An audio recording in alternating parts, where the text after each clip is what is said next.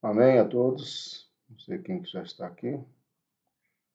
Começando o nosso aulão de hoje.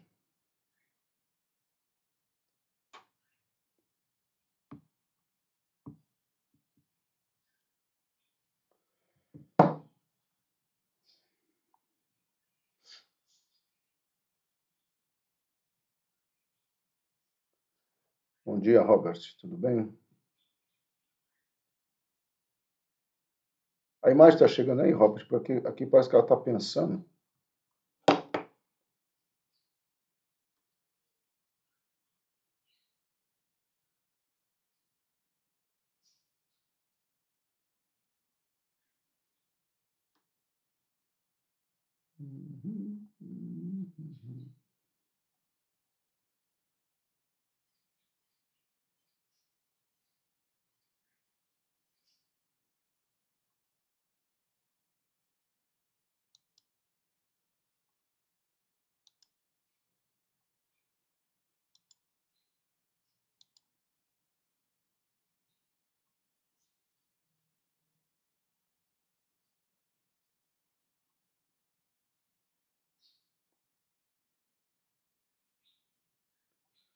Amém, amado? Vocês estão.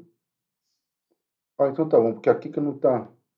Se alguém puder clicar no Facebook, tá? Porque aí eu posso ir seguindo aqui, porque no meu aqui está aparecendo que não está chegando a imagem para vocês, viu?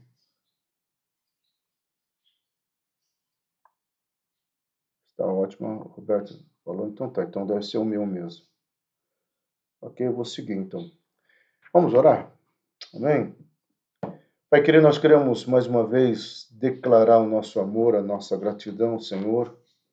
Queremos mais uma vez reconhecer a tua bondade e nessa transição que nós saímos do mês de Adar, Senhor, o mês das coisas velhas para trás, e avançamos, Senhor, no mês de Nissan, mês da colheita, mês da terra prometida.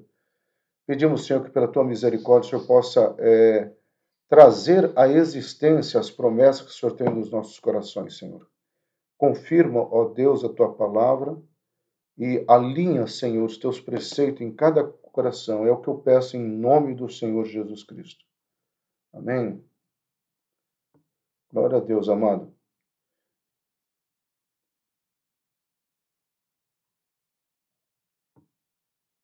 Ok, vamos entrar. Eu estava esperando alguém curtir ali no Facebook, que aí eu posso também entrar. Não sei como é que funciona, quando aparece aqui para mim fica mais fácil. Mas enfim. Amados, hoje é um pouco longo, tá? E em função disso, nós resolvemos dividir em 3 etapas. A primeira etapa nós vamos chamar a Igreja dentro da Modernidade, que pega a entrada do século 900, né, 1900, né? E isso, alguém já aqui agora sim. Agora sim. E avançamos. Tá. Glória a Deus por isso. Agora eu posso saber se está aparecendo aí ou não.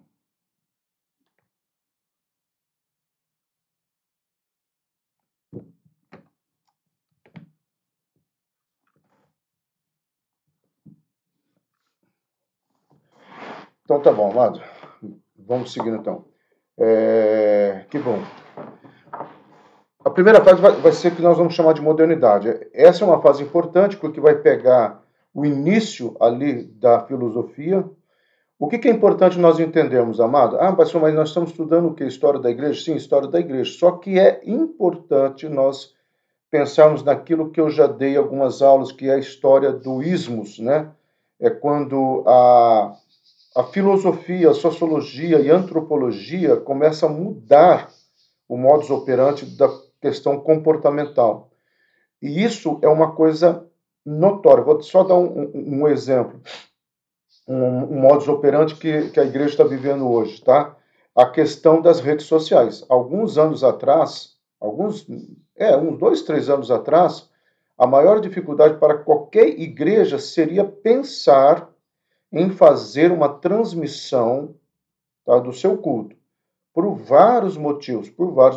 E hoje, praticamente, da mais simples, da igreja mais simples, que um cara está com o celular lá e às vezes tem gente filmando pelo celular, treme a mão, tudo, ou liga ao vivo no Face, sem nenhum aplicativo, que nem nós usamos o OBS aqui, tá? Tudo isso, meu amado, tudo isso não seria possível alguns anos atrás, 2 anos, 3 anos atrás, tá? Então, o que é essa questão? É a tecnologia que nós chamamos de modus operandi da cosmovisão que entrou dentro da igreja. E aí entrou para uma questão até positiva, tá ok?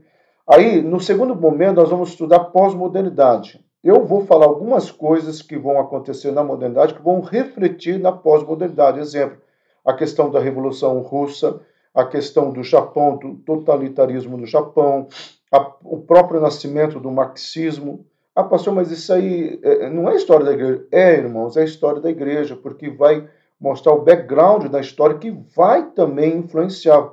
Não adianta nós, que nós vamos citar algo hoje para não ficar tão só histórico, mas que na realidade eu deveria citar na história contemporaneidade, que é o surgimento de duas igrejas muito fortes, que é a Renascer em Cristo e a Sara Nossa Terra, naquele momento. Tá? Hoje você vai ter outras comunidades. E o próprio nascimento dessas duas comunidades é resultado e é fruto, tá, dessa questão pós-modernidade e entrando para a sociedade contemporânea ou história contemporânea, que é a famosa frase do Bauman, né, da liquidez. Aí isso você vai ver a influência do estético e tudo mais. Tá bom?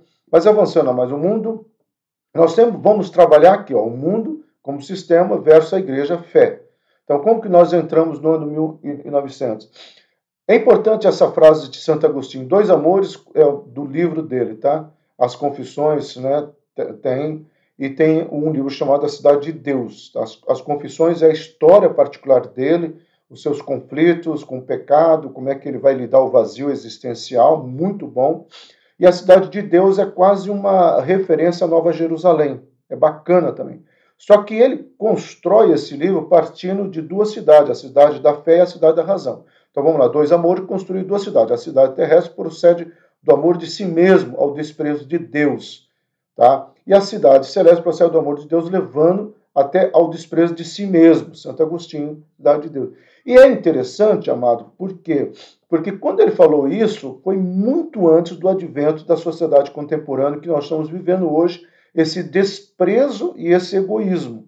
Nunca vivemos um período tão egoísta como nós estamos vivendo. Tá? Então, o grande conflito entre fé e razão é o maior resultado dos acontecimentos do final do século XVIII. O que nós entendemos no final do século XVIII, amado? Aquilo que nós estudamos na aula passada. A Revolução Francesa, a entrada do iluminismo, vai influenciar tremendamente, tá, a questão da igreja, do agir da igreja, da dinâmica do culto e tudo mais. O renascimento que surge nesse século, que vai mudar as artes, vai mudar a questão das construções, tá?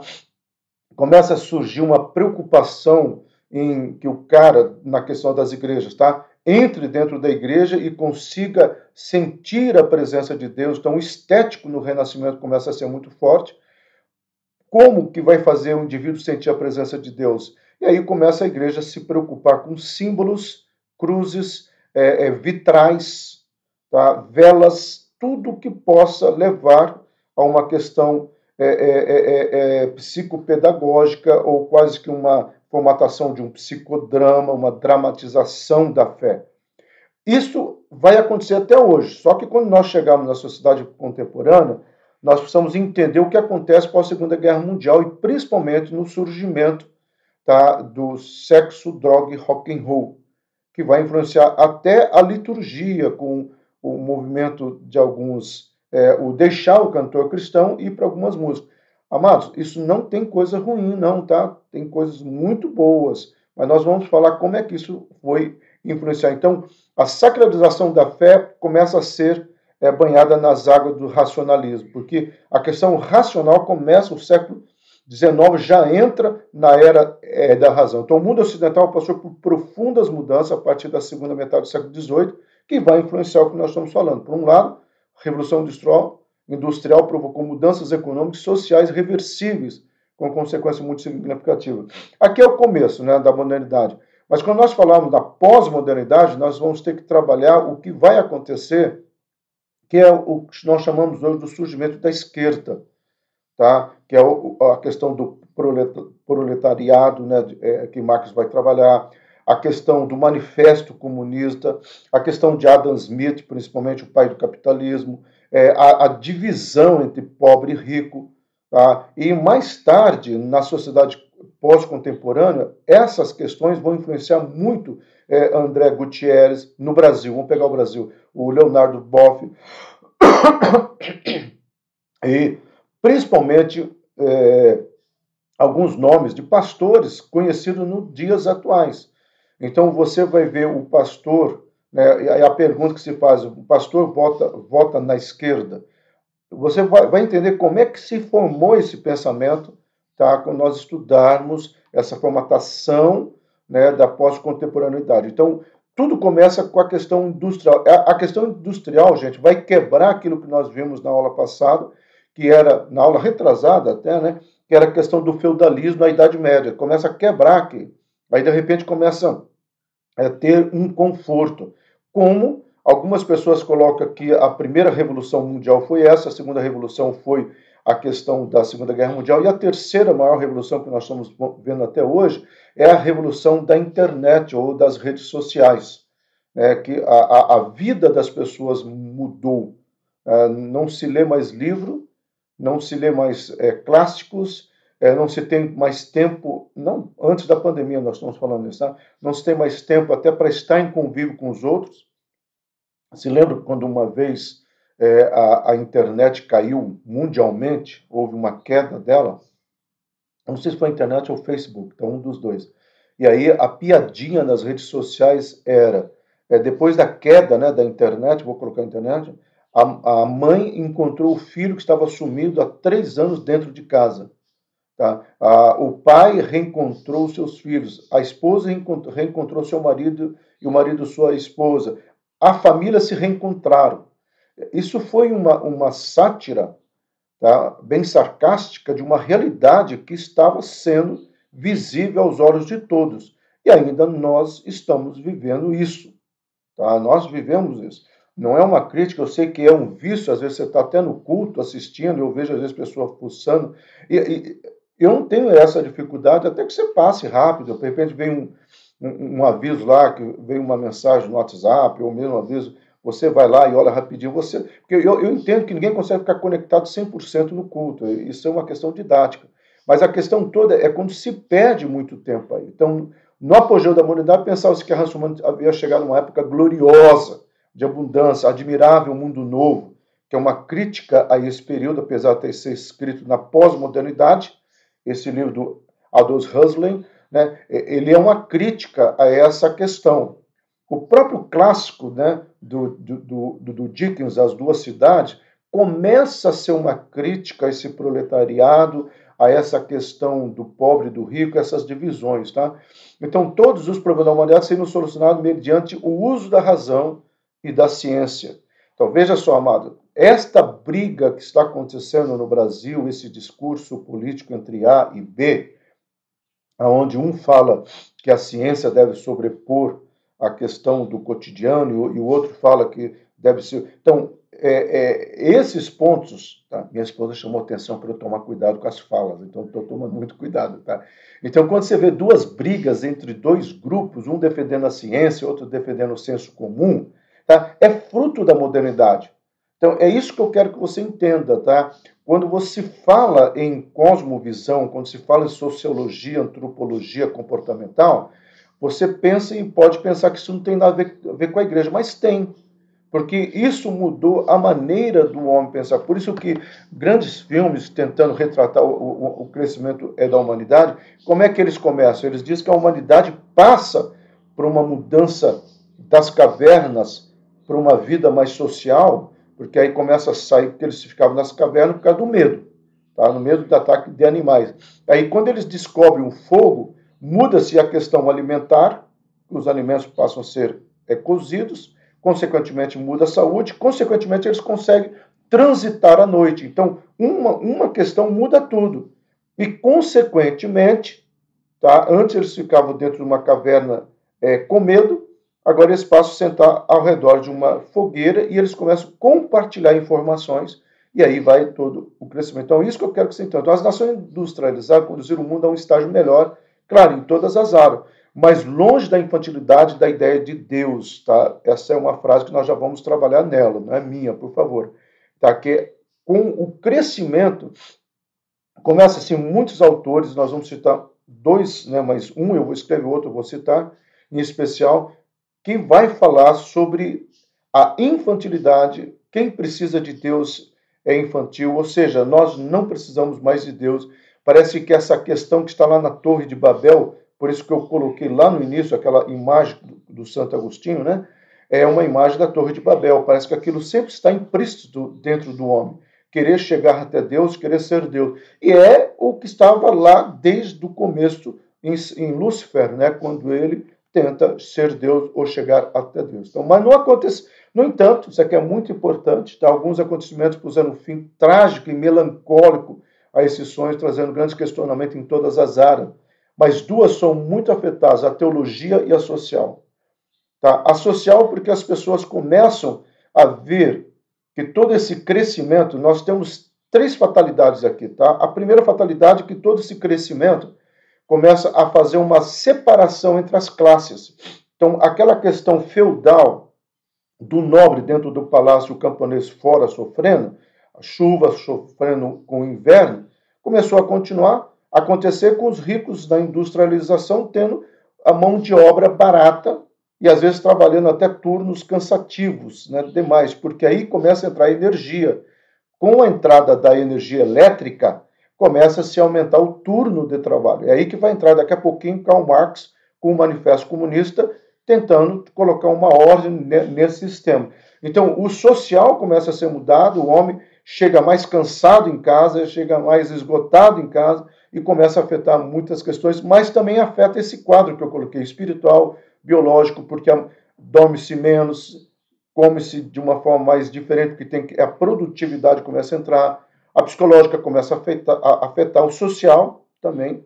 Quando o Karl Marx vai falar uma frase, gente, só adiantando, que vai ser para a próxima aula, a religião é o ópio do povo, ele estava se referindo que nesse social, o pobre e o rico, principalmente o mineiro, né, o mineiro não de Minas Gerais, o cara que trabalhava em minas de carvão, nessa época, porque o carvão era o petróleo dessa época, tá, gente?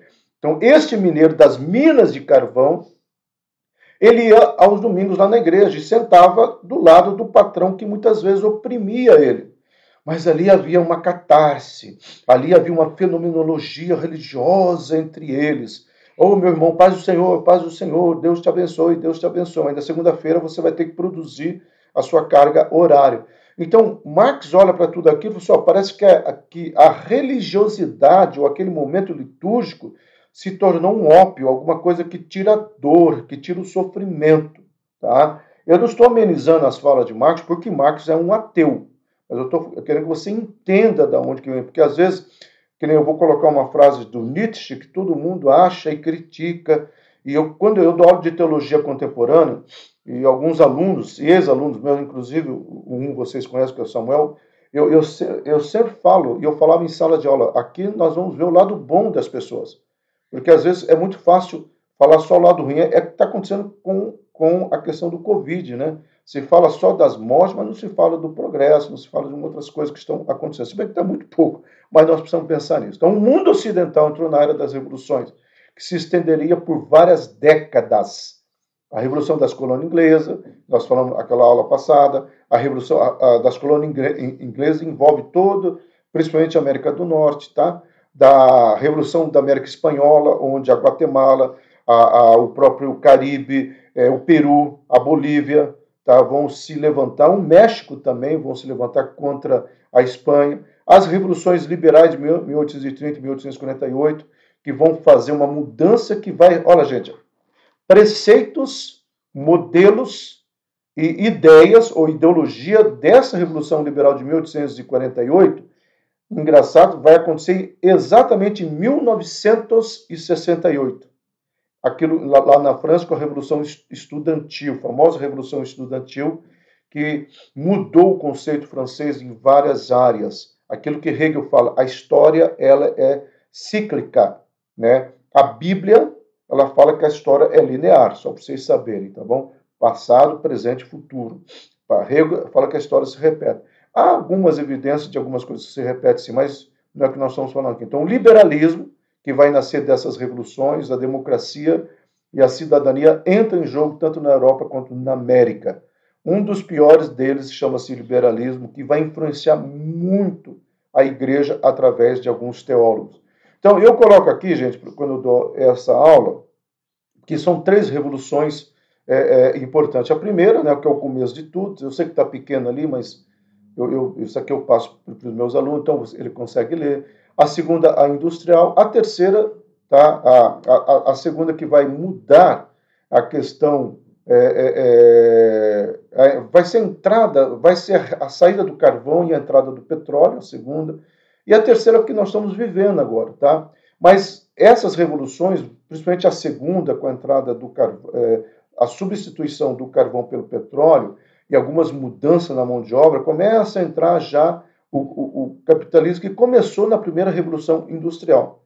Então, na segunda ele é formatado, na terceira hoje ele chama-se Wall Street ou Bolsa de Valores, tá? Não é o caso aqui, como eu falo, isso aqui nós temos pouco tempo, mas isso aqui a gente estuda, eu estudo com os meus alunos todas essas fases, as pessoas importantes, e o que isso vai mudar nas igrejas. Que nem a segunda revolução industrial vai contribuir imensamente para o patrocínio de missões.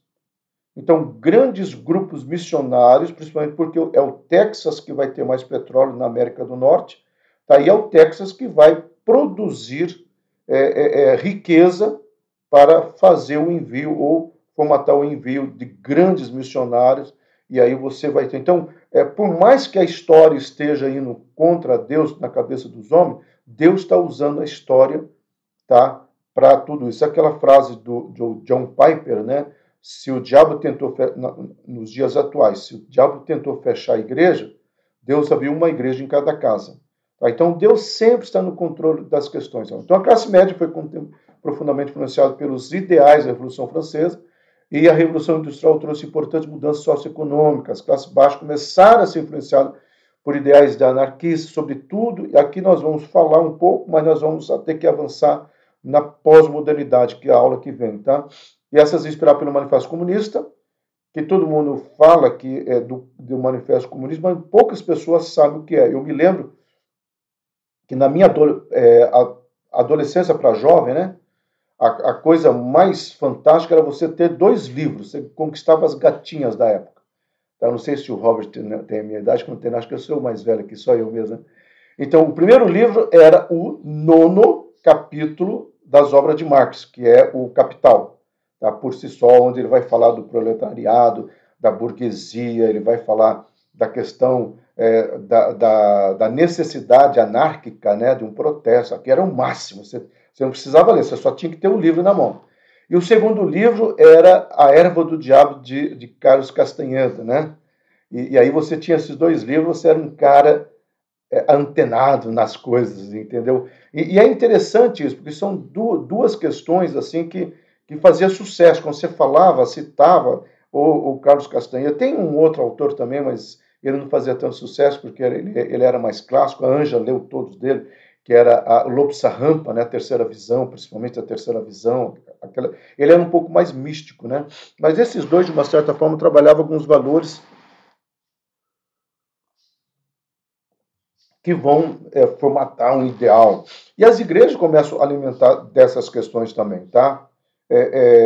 Nós vamos trabalhar um pouco mais nas igrejas na próxima. Então, agora, nós vamos ver o mundo versus a fé, o sistema. Né? Nós vemos sobre a fé agora o sistema. Como é que o sistema está se formando? A ideia, meu amado, que quando começa a Revolução Francesa, e quando você está chegando perto aqui da Primeira Guerra Mundial, tá? 1914. A Segunda Guerra Mundial é um lapso de tempo que vai gerar a pós-modernidade.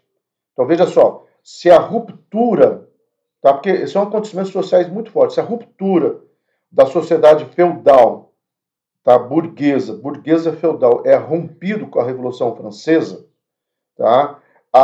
E entra a modernidade ela é rompida com a Segunda Guerra Mundial, e entra a pós-modernidade, ok? Então a ideia na modernidade se impõe à realidade. Então a ideia é mais valorizada do que a realidade não importa muito. Então duvido, logo penso, logo existo. Se eu penso, eu existo. Então, não se mais conhece a coisa em si mesma, mas o conhecimento da coisa. E isso vai mudar a teologia, porque a teologia ela trabalharia no campo da metafísica. Ninguém consegue abrir. Olha o tamanho, pastor, olha o tamanho da minha fé. Grande, né? Olha, quando eu entrei aqui, estava desse tamanho. Olha o tamanho que ela está agora saindo da igreja, né? Ninguém não tem esse termômetro. Então, com a realidade sendo determinada pelo sujeito, nada pelo objeto, cada um poderá ter sua própria verdade. E aí que vai a questão, que a verdade começa a ser relativizada. E aqui entra um movimento que eu sempre falo, em algumas mensagens, não todas, sobre o que eu chamo do relativismo da fé. Tá? Tudo é muito relativo. Então, eu vou para o monte orar, porque lá eu vou conseguir conhecer quem vai ser minha noiva, vou conseguir um emprego, ou qualquer coisa do gênero. O que importa é a minha realidade. É aquele caso, né, de um vereador que foi para o monte orar, que eu já contei, e não vem ao caso, espero que... Mas assim, que foi profetizado que ele ia vencer as eleições, tal, e não aconteceu. Mas aí era a realidade, não importa a realidade. O que importa é o que Deus falou. Então, se não aconteceu, é porque a coisa está errada com você. É o que nós estamos, a semana passada, até o Gugu do Canadá confirmou a história, que foi muito engraçado, daquele pregador dizendo que estava dando uma próstata, que Deus estava curando a próstata da mulher, né? E a mulher fala, não tenho próstata, e o pregador fala, então eu estou te dando uma nova. Isso aconteceu mesmo em Curitiba, tá? Então, assim, essa verdade que passa a ser relativizada. Isso é muito complicado. Então, a partir dessa ruptura cartesiana, tá? Que era uma coisa muito racional, o cartesianismo, né, que nós não tivemos tempo de falar, ele é uma consequência da Revolução Francesa. Ele vai influenciar até a Constituição brasileira, gente. Augusto Conte, nós falamos só isso, ordem e progresso. A mentalidade cartesiana é aonde estiver ordem, consequentemente haverá progresso. Só que aí, de repente, rompe. Porque o que é esse progresso? Progresso é relativo. Tá? Então, o que é felicidade? Felicidade é relativa. Então, tudo passa a ser relativizado. E aí surgem dois movimentos que vão influenciar muito até hoje. Um simplesmente vai se fortalecer mais ainda, que é a questão da racionalidade, o conhecimento somente pelo intelecto, pela razão. Aí você tem Descartes, penso logo existe, tem Spinoza, Leibniz, tá? São três clássicos, autores clássicos, né, que vão trabalhar. O Descartes, famoso pela frase penso logo existo. O Spinoza, ele se torna famoso porque ele vai trabalhar algo que daqui a pouquinho David Hume e também Freud e outras pessoas vão trabalhar, que é a questão da fenomenologia, que é se eu só entendo as coisas pela razão, eu tenho que compreender os fenômenos. Então, a fenomenologia começa a entrar aqui. E aqui começa a entrar o estético, aí aqui começa a entrar a necessidade da formatilizar, né? A liturgia, formatar, desculpa, a liturgia. E aí, aqueles hinos do cantor cristão clássico, metódico, com 2 ou 3 notas, né? Eles começam a perder muito sentido nos países. Aí começam os países, cada um trazendo o seu estilo musical. Então, você vai ver na África, há missões encontrando o estilo africano. Vamos pegar o Brasil. O Brasil começa a querer pensar nessas mudanças que como o Brasil sempre é mais lento, porque nós somos, parece que não, mas um país muito tradicional ainda, porque somos uma colônia atrasada, tá? E eu espero que vocês entendam isso que eu estou falando. Então, esse fenômeno só vai acontecer na transição da pós-modernidade com a sociedade contemporânea. Tá? Então, muitas pessoas estão substituindo a palavra contemporânea por sociedade líquida, por causa de um livro do Balmer, que ele conseguiu explicar o que é a sociedade contemporânea e eles acharam melhor. Mas vamos lá, então essa sociedade líquida, tudo se escorre pela mão. Tá? Você vai pegar igrejas que cantavam o hino do cantor cristão durante séculos. Séculos. Hoje, se você cantar grande é o Senhor, é hino de velho. Né? Eu mandei até um print para os levitas, né?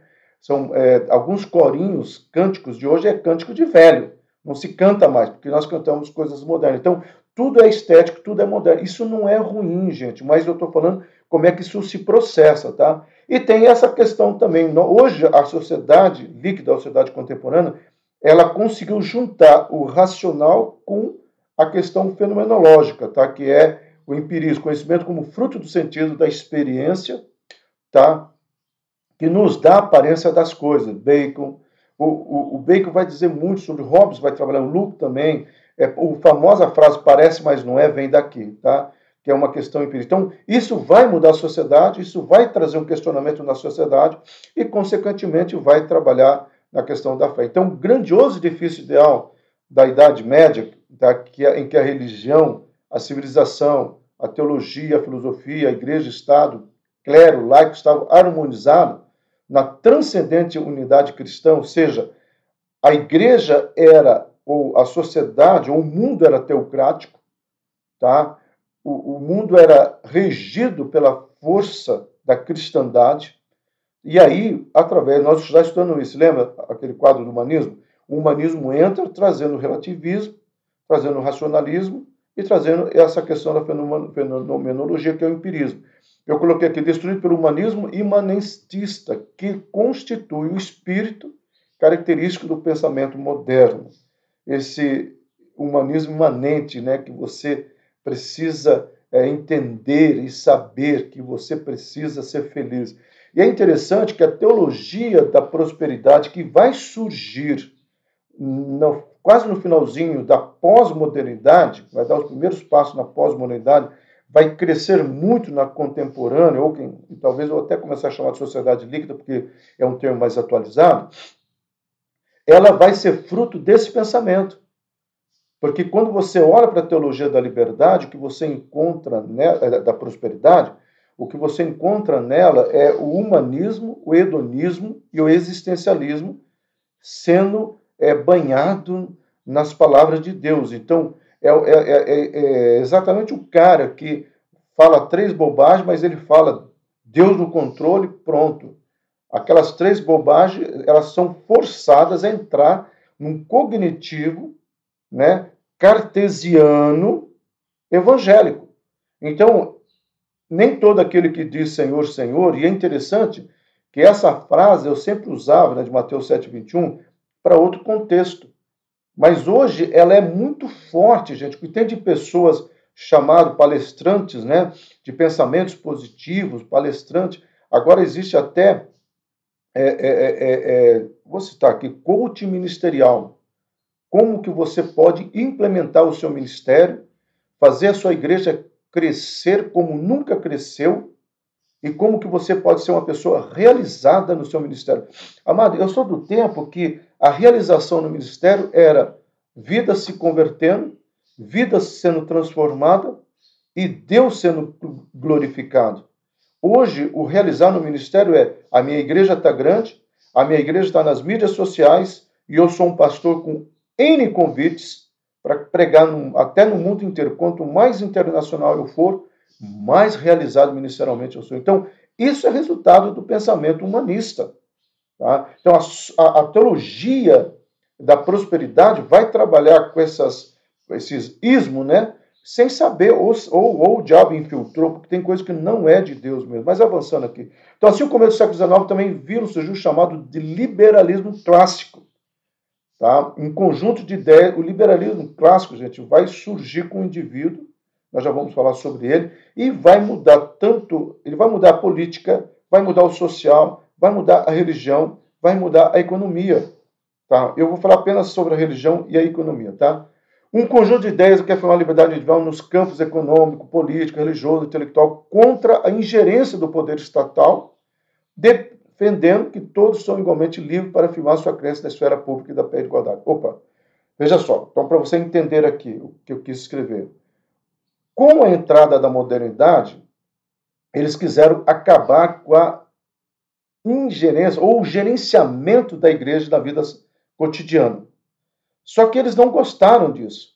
E aí eles tentam quebrar agora com a ingerência ou com o gerenciamento do Estado. Tá? Isso é o liberalismo clássico. E é interessante, o que nós temos aqui? Amado, precisamos entender o que eu vou falar aqui. Nós temos aqui camuflado aquilo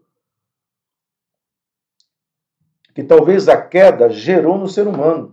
Um sentimento de rebeldia, um sentimento de estar inconformado com as coisas.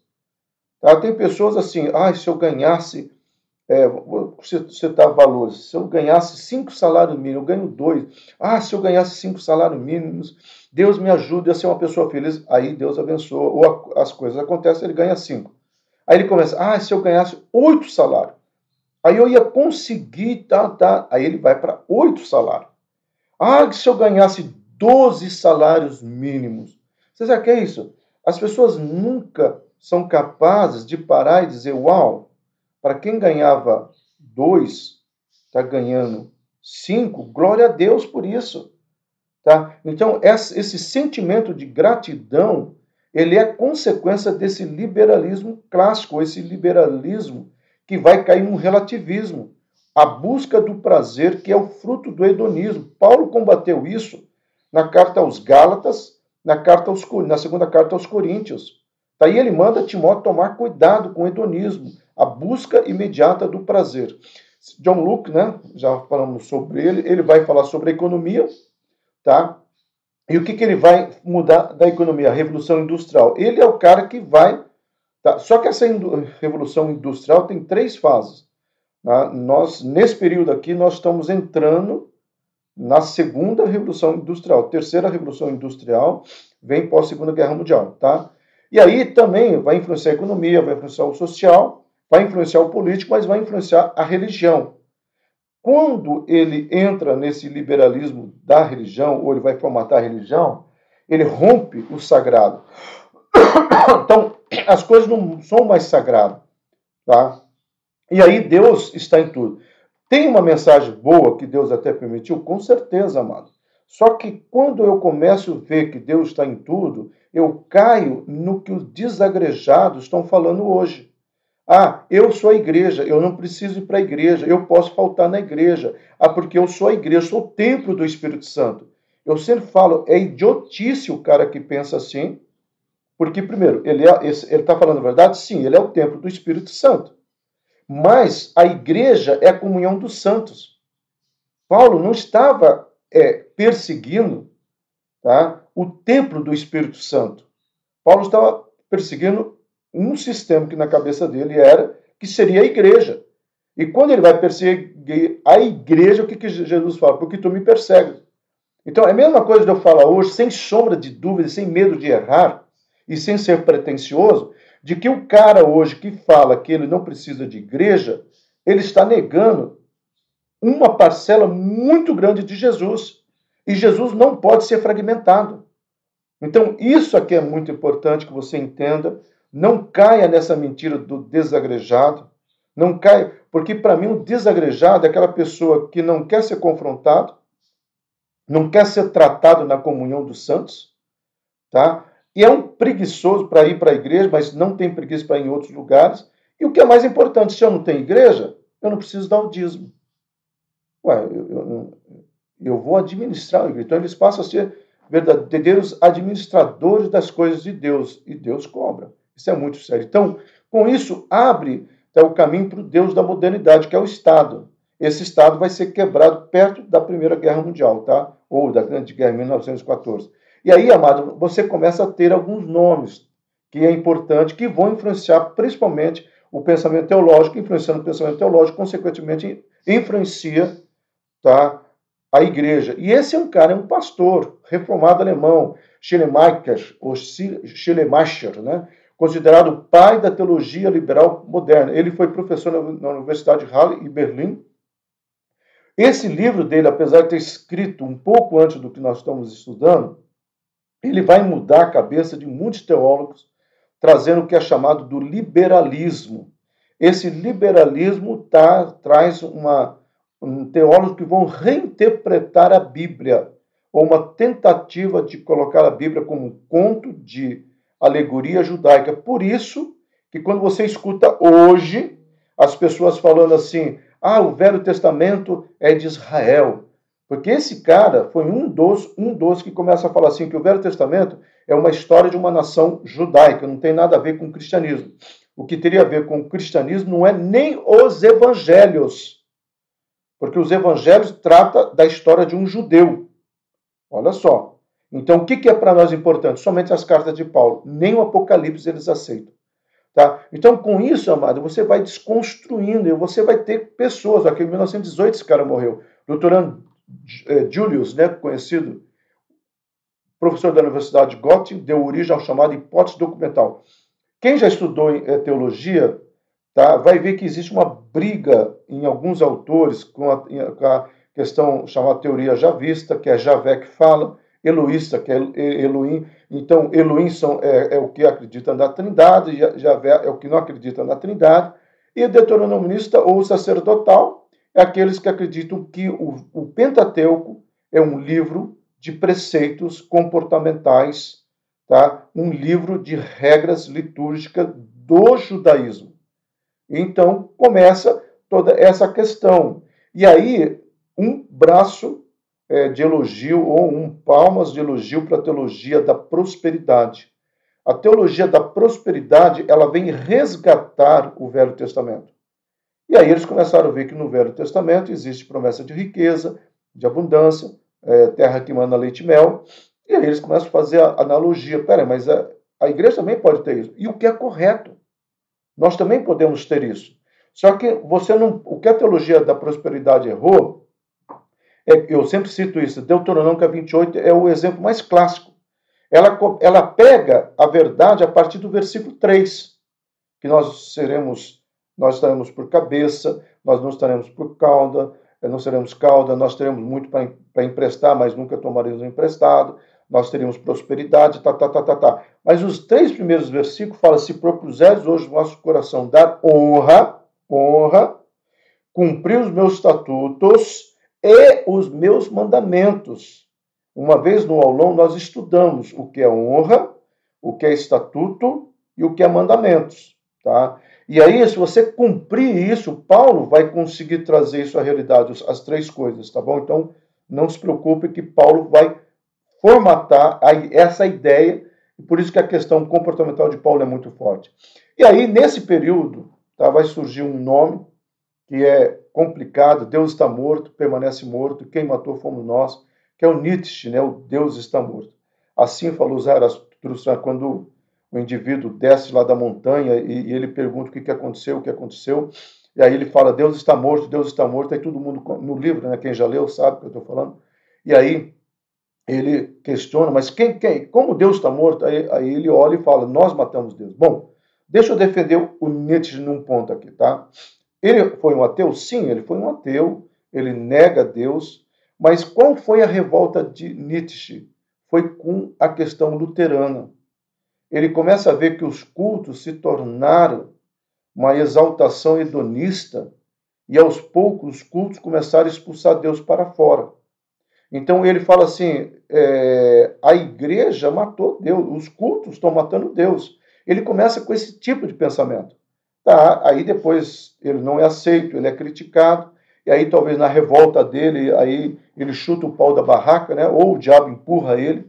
Eu sempre falo assim que às vezes essas 2 coisas contribuem, né? E a história de Nietzsche é triste, infelizmente, mas nós não estamos estudando a biografia dele, mas é um cara que vai, através desse livro, principalmente desse livro, ele vai trazer um monte de informações, tá? Porque todo o trabalho de Nietzsche vai dar base para a pós-modernidade, não para a modernidade. Apesar dele estar na modernidade, a pós-modernidade vai reinterpretar Nietzsche, tá? E vai trazer ele como o guru, o profeta, aquele que visualizou uma série de coisas. Então é importante para quem quiser ler, tá ok?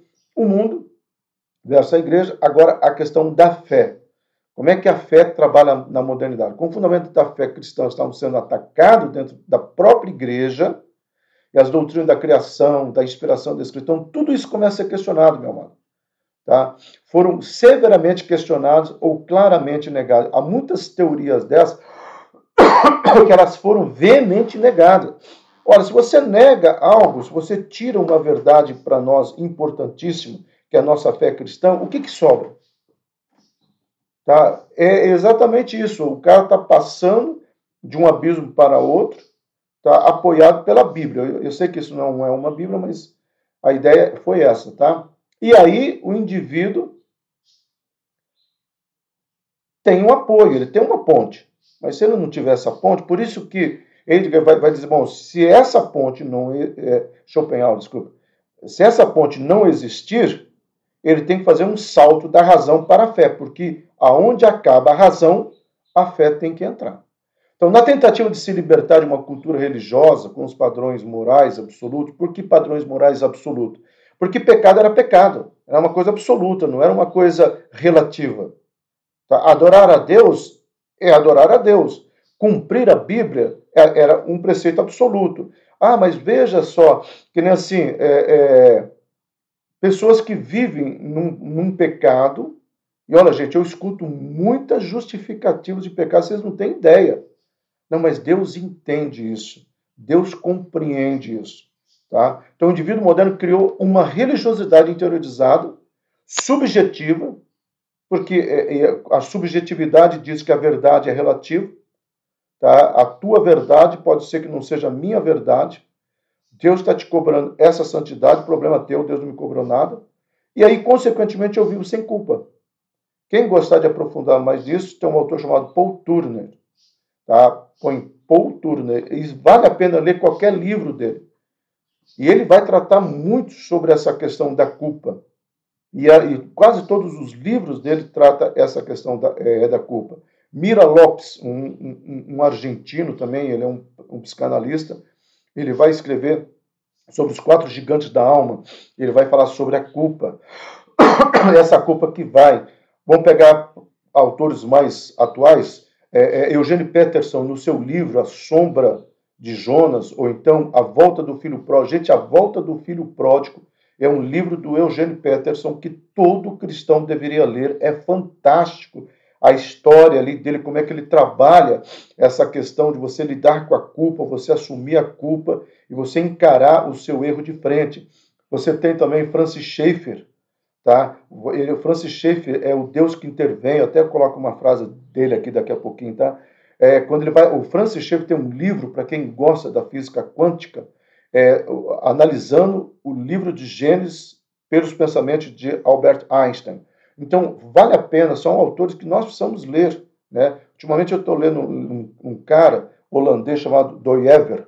Vale a pena, é um livro mais pesado, é mais complicado de ler, mas é um livro assim que vai trabalhar exatamente a tentativa nessa sociedade líquida ou pós-moderna de trazer. Nós vamos estudar isso lá, licença, esse domingo, no outro, se Deus quiser. Se eu conseguir acabar hoje, vai acabar assim, em nome de Jesus. Então, o pensamento moderno esvaziou a religião formal. Tá? Na modernidade, a religião deixou a dimensão pública e restringiu-se à dimensão privada. O que é isso? Na religião, a coisa ficou assim muito particular, na modernidade, desculpa. Tá? Então, eu sinto o que eu sinto. E com isso, gente, vai surgir um assunto que ele vai ser explorado na década de 60 e 70. Inclusive vai influenciar o rock, através de Jimi Hendrix, Janis Joplin, Rolling Stones, os próprios Beatles. Tá? E vai, assim, trazer essa questão que nós chamamos da fenomenologia, do fenômeno, né, que vai mudar o comportamento das questões religiosas. E aí esse cidadão que eu gosto muito, tá, ele insistiu que o cristianismo era a última análise de uma vida a ser vivida. Aí o Kierkegaard, ele tenta romper, tá, com essa questão filosófica, tá, e ele rompe antes da nossa era, mas aí as pessoas começam... Porque é muito isso que acontece, né? Nós estamos vivendo um período agora, mas quem que falou? Ah, tem um autor lá no passado que falou sobre isso, então vamos pegar esse autor. E aí o Kierkegaard começa a ser trazido à tona. Então, essa frase, uma vida a ser vivida, não somente um conjunto de dogmas. E aí ele começa a trazer ideia que começa a influenciar alguns teólogos e a igreja começa a pregar e voltar aos poucos a um cristianismo para ser vivido e não um cristianismo litúrgico. Tem pontos positivos e tem pontos negativos. Os pontos positivos é que começa a se pregar mais sobre uma santidade à luz da palavra de Deus e não uma santidade relativizada àquilo que eu acho que é santo. Tá? Negativo. Muitos dos jejuns que nós praticamos é fruto da modernidade, é fruto de um conceito de que eu posso fazer o jejum do que eu quero. Não é errado, gente, mas é conceito ali, exemplo. Você não vai encontrar na Bíblia, faça jejum de coisa que você gosta, exemplo, Coca-Cola, chocolate, tá? E nós fazemos. Lá faça o jejum, e o verdadeiro jejum é este. Pratique o meu cristianismo. Visite as viúvas e ajude os órfãos. Por isso que Tiago, lá na frente, no capítulo 1, versículo 27, Tiago fala o quê? A verdadeira e a pura religião é esta, tá? Que você ajude as viúvas e que você ajude os órfãos. Tá? Então isso aí é muito sério. E aí começa aquilo que eu vou chamar da intervenção de Deus na modernidade ainda.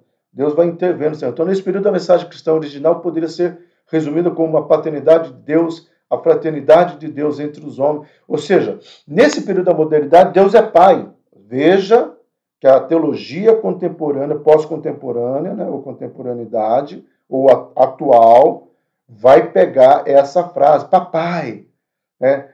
Houve um tempo que as pessoas oravam assim, Deus eterno, Deus de misericórdia. Hoje as pessoas oram, papai. Não é errado, gente, mas eu quero que você entenda que essa intimidade gerou muitas vezes uma quebra de privacidade e uma invasão de valores. É isso que eu quero que você entenda. Que Deus é pai, então Deus como o Senhor é o pai. Deus é pai, e o bom pai castiga, e o bom pai coloca limites. É isso que as pessoas não querem entender. Então, na modernidade, ao declarar que Deus não existe, o homem pós-moderno, tá, começa a entrar já na pós-modernidade, rejeita qualquer padrão de moral verdade. E aí nós vamos estudar na aula que vem. Não sei se eu consigo acabar hoje, não sei se vai dar. Mas se acabar, nós vamos estudar na aula que vem. Esse padrão moral de verdade começa a ser relativizado. Então, Deus passa a ser objeto da ciência ou do conhecimento natural humano. Renuncia-se à distinção entre o ser e o deve ser. Por isso que o Zwingli, quando ele vai escrever sobre isso, o Balmer, né? O Balmer, desculpa, não o Zwingli, ele vai escrever sobre isso, ele fala assim, a sociedade do ser passou a ter no capitalismo ou na segunda revolução industrial. Você lembra daquele quadrinho lá? Primeira, na segunda. Passou a ter. Na terceira, ela não conseguiu manter o ter. Então, agora, ela é do parecer. Ele escreveu um artigo, eu já citei isso várias vezes, antes de morrer, e nesse artigo, antes de morrer, ele coloca que agora nós vivemos uma sociedade líquida, né, que escorre pelas mãos, porque não tem essência, o culto não tem essência, a vida cristã não tem essência, e uma sociedade que quer mostrar. Ela não quer apenas parecer, ela quer mostrar para o outro, tá? Então, o mundo sem Deus procura seus deuses, mas a busca traz no cenário algumas guerras que modificaram o entendimento dos grandes pensadores. E aí entra as grandes guerras, meu amado, e essa grande guerra, pensamentos dessas guerras vão refletir até hoje. Quem aqui já não escutou nesse período da pandemia? Onde está Deus quando tudo isso está acontecendo? Durante a Segunda Guerra Mundial, vários cristãos alemães, nós vamos ter que estudar isso aqui, a influência da Segunda Guerra Mundial, mas é importante, eu estou colocando aqui agora, adiantando alguns pontos que nós vamos destrinchar nas próximas aulas. Esse é um sino de uma igreja. O sino nas igrejas, porque a igreja luterana, ela usa sino. Se você for em Curitiba pegar uma igreja luterana, você vai ver com sino. Em Niterói, até a primeira igreja presbiterana em Niterói tem sino. Então a ideia de sino não é de uma igreja católica, tá, gente? A ideia de sino é de igreja. As igrejas protestantes usavam sino.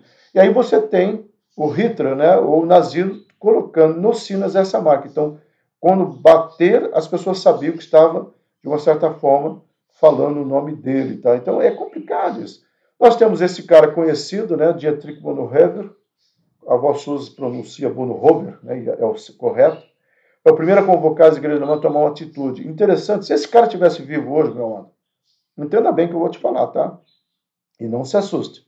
Se esse cara estivesse vivo hoje, ele ia convocar as igrejas a tomar uma atitude contra muitos fatos e acontecimentos que o Brasil está vivendo. Ele falaria assim, a igreja não pode se calar. A igreja está se acovardando.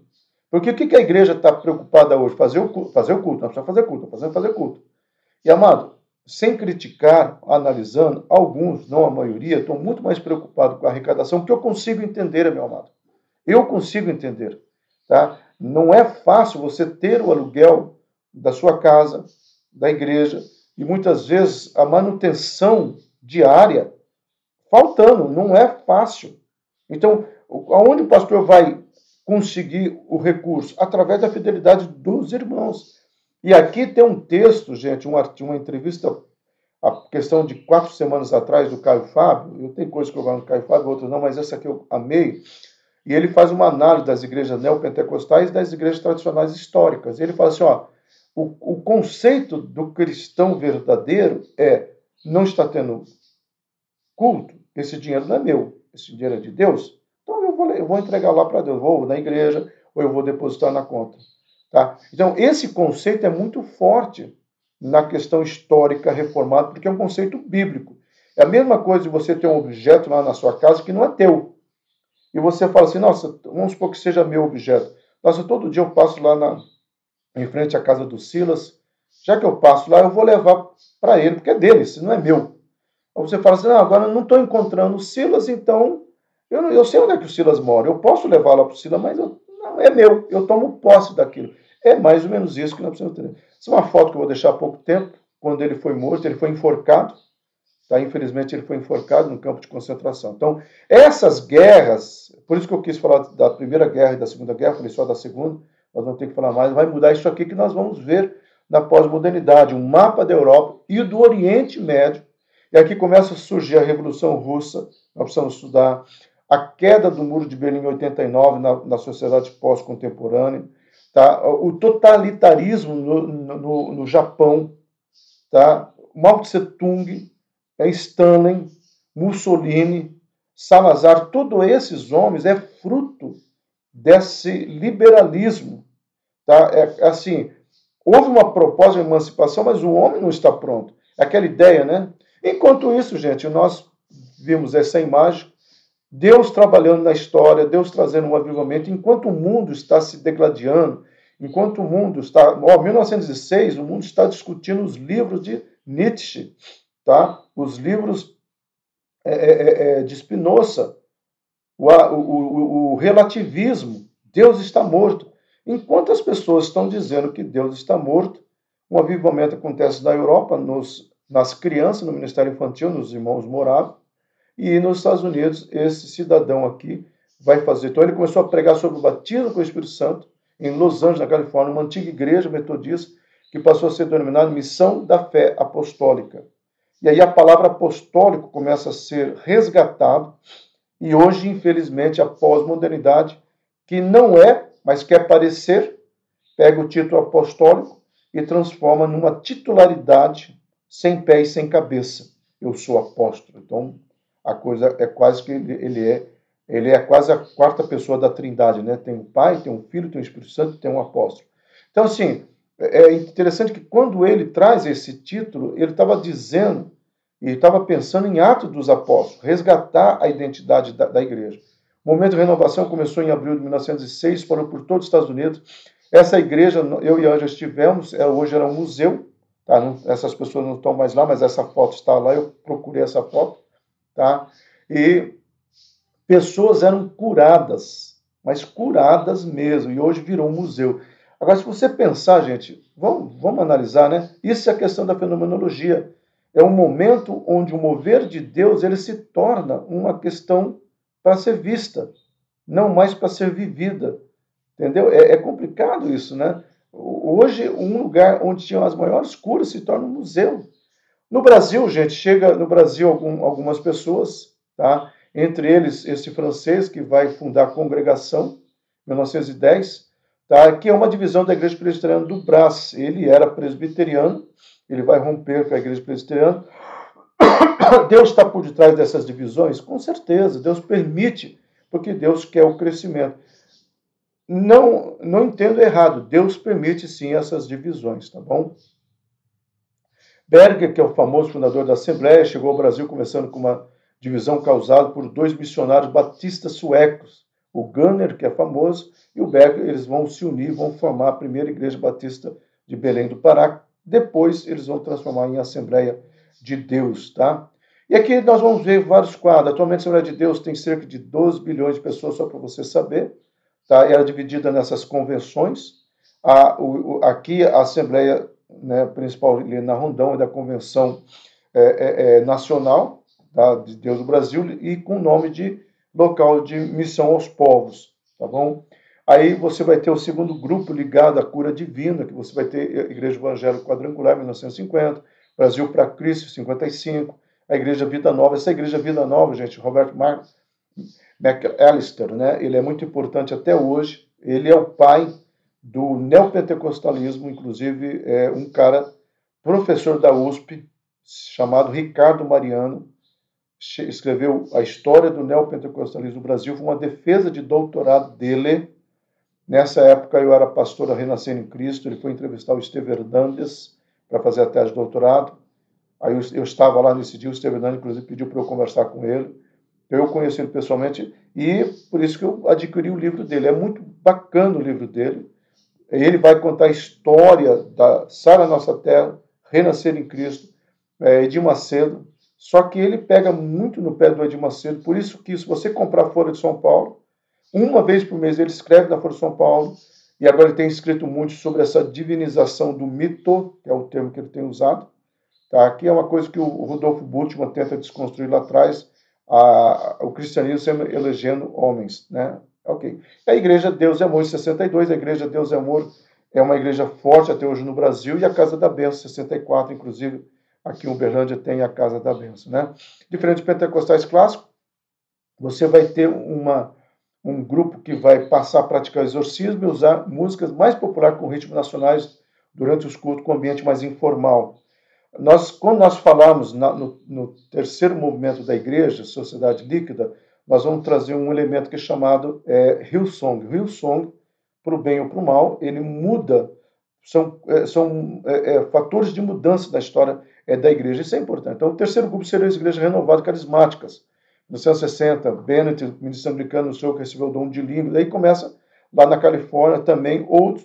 E aqui é um questionamento, o que eles dizem, que o Dennis quis romper para nos dizer que esse movimento de dom de língua não estaria apenas na classe negra americana.